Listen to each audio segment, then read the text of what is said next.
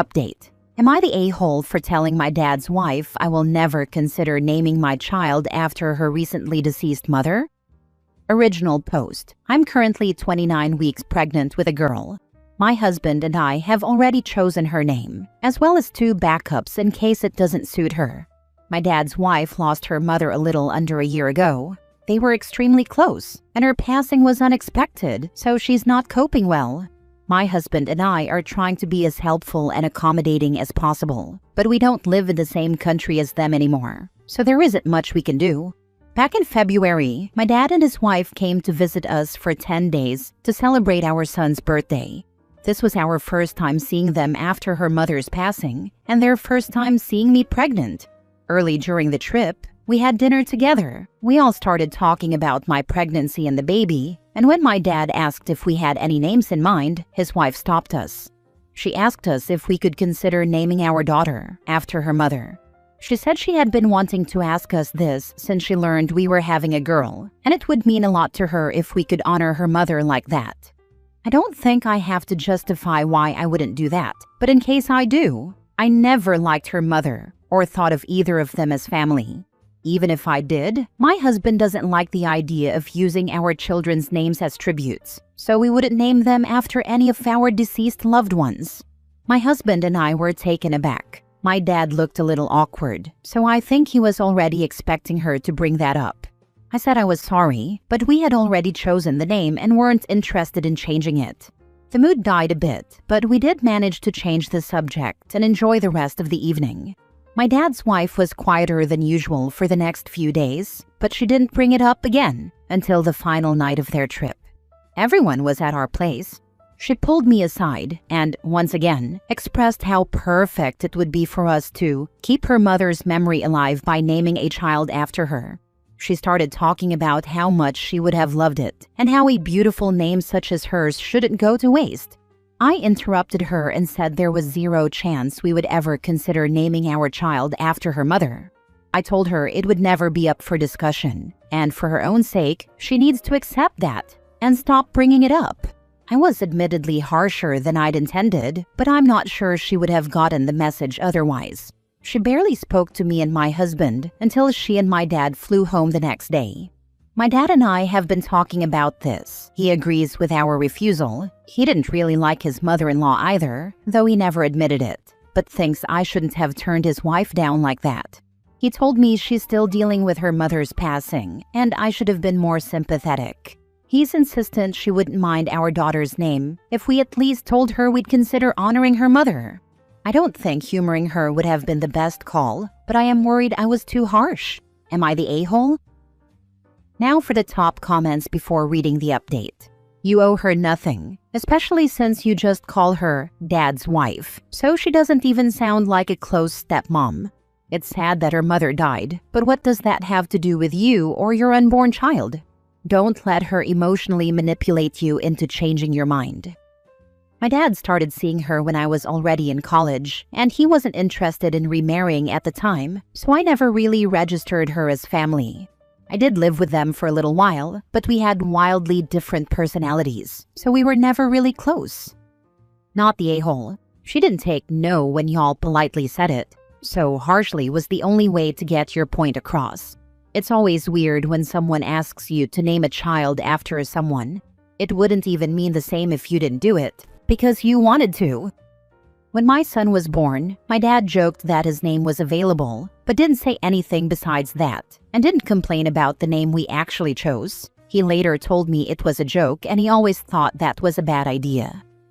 An adult who is middle-aged, not getting over the death of a parent like this, needs help from a professional. Again, they were extremely close. They'd take trips, go to concerts, and spend hours on the phone together, even after I moved out. I heard her refer to her mother as her best friend once. Back when I lived with them, she would call her mother multiple times a day, almost always just to narrate what she was doing. We're going to the restaurant. We got to the restaurant. We're ordering. We're eating. We're going home. Not the a-hole. There are only 2 people who have input into what name a child receives. The parents. Should people make suggestions? Well, in my opinion, only if the couple asks for them. You handled the situation well the first time she mentioned it, and she should have taken no for an answer. You had no choice but to be firm the second time. She should have let it go after the first time. Some of my family, including my in-laws, was miffed when we didn't take suggestions while naming our son. He was the first grandchild, so I chalked it up to excitement at the time. Now for the update. Hey guys, I came here for advice a few months ago. I gave birth to a healthy baby girl back in May. She's now a month old and thriving. We're all in love with her. My husband and I decided to go with our first choice for her name.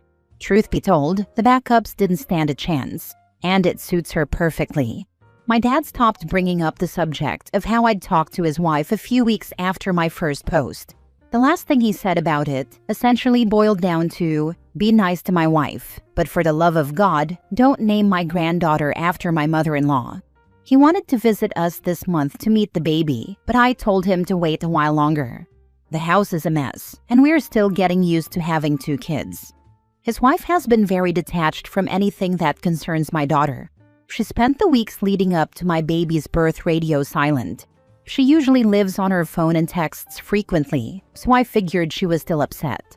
Both my and my husband's families like our daughter's name. My dad in particular complimented it a lot. His wife did not react to it. My aunt visited them recently and later told me that while my dad would show her pictures and videos of my daughter, his wife avoided the topic entirely and was cold whenever someone tried to get her to engage. To be clear, none of that ever bothered me, but this behavior was very out of character for her. When I was pregnant with my son, she created a group chat with my whole paternal family and her mother to start a countdown for his birth. She was my only acquaintance who protested when I said I didn't want pictures of my child posted online. About a week ago, my dad's wife called me. She reiterated that she felt I wasn't being very understanding of what she's going through, but apologized for how cold she's been lately. During the call, she explained that losing her mother had made her regret her decision not to have kids. Her mother had always wanted to be a grandmother, and she wishes she could have given her the opportunity to experience that. She took her mother's passing very hard, and it made her reflect on various things she wishes she'd done differently. But the news of my second pregnancy intensified that regret in particular. My dad's wife said that she'll always wish I'd named my daughter after her mother, but still accepts the name I chose. She also told me she'll start seeing a therapist soon. I was mostly quiet during the call because, frankly, I didn't know how to react. Having since had time to think about what she said, I'm a little freaked out. It's still hard to explain how I feel, and this isn't even close to my top concern right now, but I didn't see this coming. I almost feel bad admitting this, but I'm very glad we're in different hemispheres. I can't imagine what she's going through, and I wish her nothing but the best, but I don't think being close to my family right now would be good for either of us. Thinking back to how I handled things when she first asked us to use her mother's name, I'm pretty sure I made the right call. I sincerely wish I'd been more polite, but humoring her would have probably led to a much bigger headache. I'm not sure when we'll see her again, but it won't be until next year. My dad will come visit us in October, but she won't come with him. When she does meet my daughter, I hope she's doing better. Right now, I'll focus on my children. Postpartum sucks, and my husband and I are still getting adjusted to being a family of 4, but we love both our kids so much. I don't know how I got so lucky. I almost definitely won't post again. I am very tired and very busy, and I don't expect that to change anytime soon. Thank you. Edit. To those asking, I'm freaked out because I wasn't expecting her reasoning to be that she regretted not giving her mother grandchildren, as I stated in this post. I sympathize with her grief, and I'm glad she's decided to get help. I think your stepmom was and is going through grief from losing her mom. She was hoping that by you naming your daughter after her, it would make it feel like she was still around. You did well by not naming your daughter after her. The good news is, she realized it, has apologized, and is seeking some grief counseling. I got my boyfriend a bracelet that has a small picture of his dad in it. His is a black leather braided strap with a small silver circle with the picture. You have to hold it up to the light to see the picture, so it's more than knowing what it is that makes him feel it. There are all types you can get. I chose a more masculine design, but there are more feminine ones you could find. I did a Google search and found a style I liked. The gift could be an apology for being harsh, but also a nice token of, I know you're going through it, and thought this might be a nice way to help you carry her with you. I'm very glad she's decided to start therapy. I feel like acknowledging that you need help is a necessary step, but actually going through with it is harder than it looks. I have a different experience with grief than she does. There was one specific time in my life in which I lost many of my loved ones very quickly.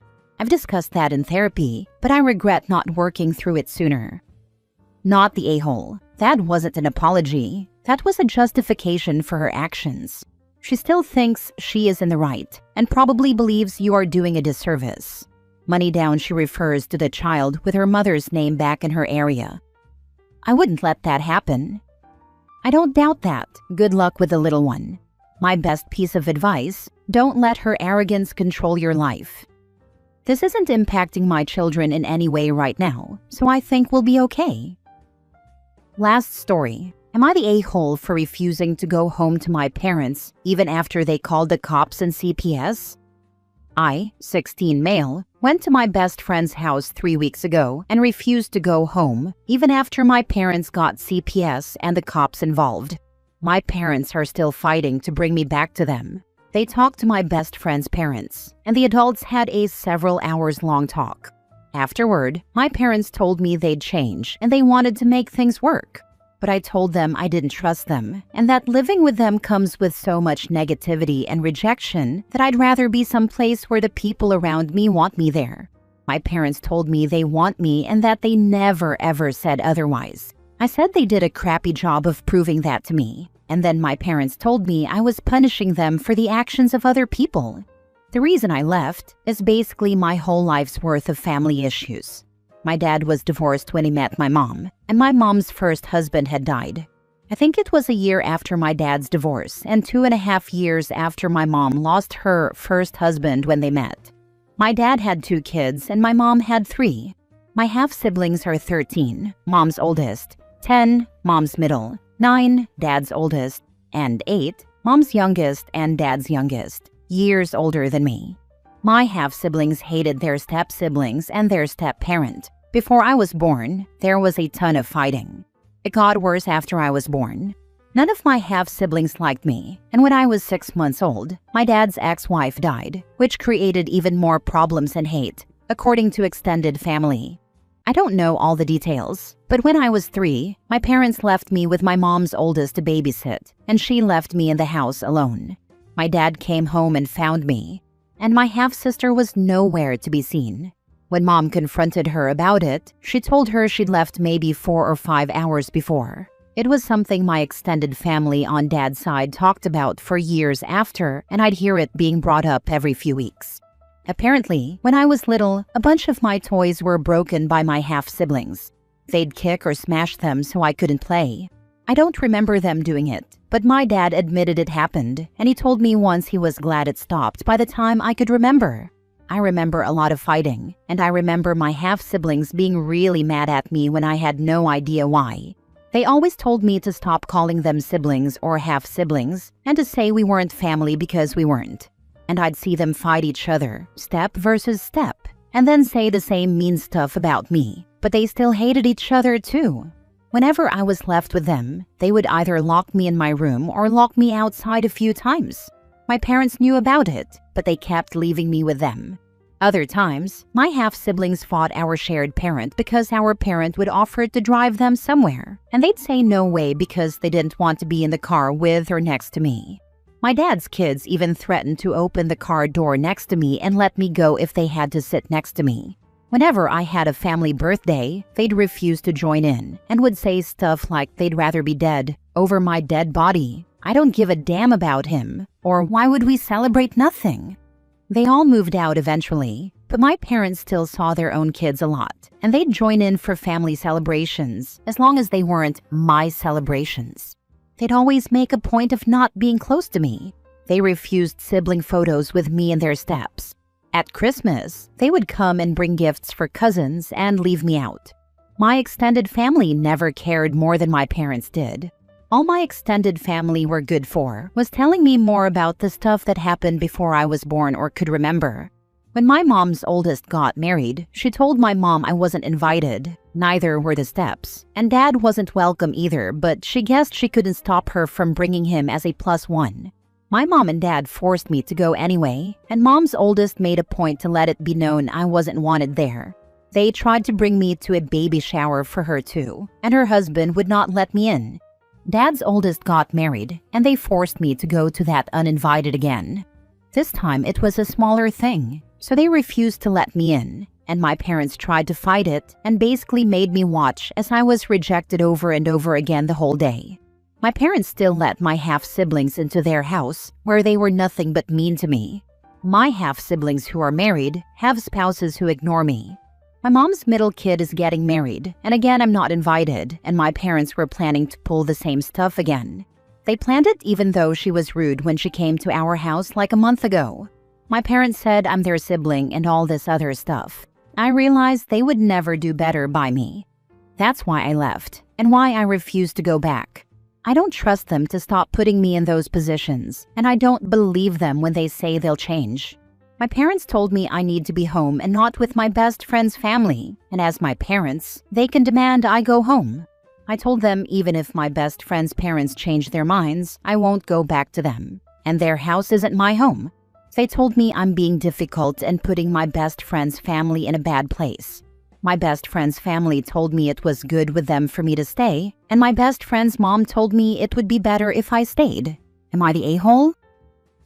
Now for the top comments. Not the a-hole. I have family that still won't talk to each other at least 5 years after CPS had to get involved with them. It's a hard situation, and feelings get very hurt when outside forces have to be involved. You're hurt, and that's very valid. Them calling the cops and CPS made me realize that stuff like that should have been done when I was left on my own at 3 for hours, or when I was locked out as a little kid with no way to get back inside. But nobody cared then, and my parents doing it now when I'm safe was really annoying.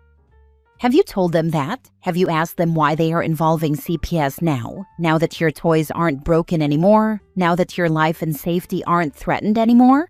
If you want to let all of your frustration out, you could ask a meditation and therapy session where you can spew everything they allowed to be done to you without them having the chance to say that's disrespectful or fair.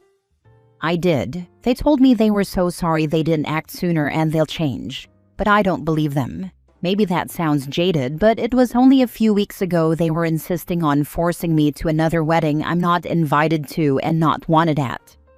God, that's awful. I was pretty sensitive to rejection as a kid. I can imagine how badly this would affect you.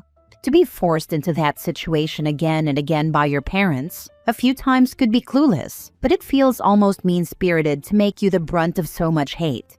You were and are a child for Pete's sake. Not the a-hole. Stay where you feel safe. I hope the best for you. May you be free of all of this and gain a found family who treats you with the love you deserve. My parents would always skip talking about the rejection and go to how I deserved to be there, that I was family, I'm the sibling and stuff, as if that made up for being rejected at every turn. The fact they could be so obvious about it shows that people around them know and support it too, so it's not like I'd have a good time even if my parents forced me in.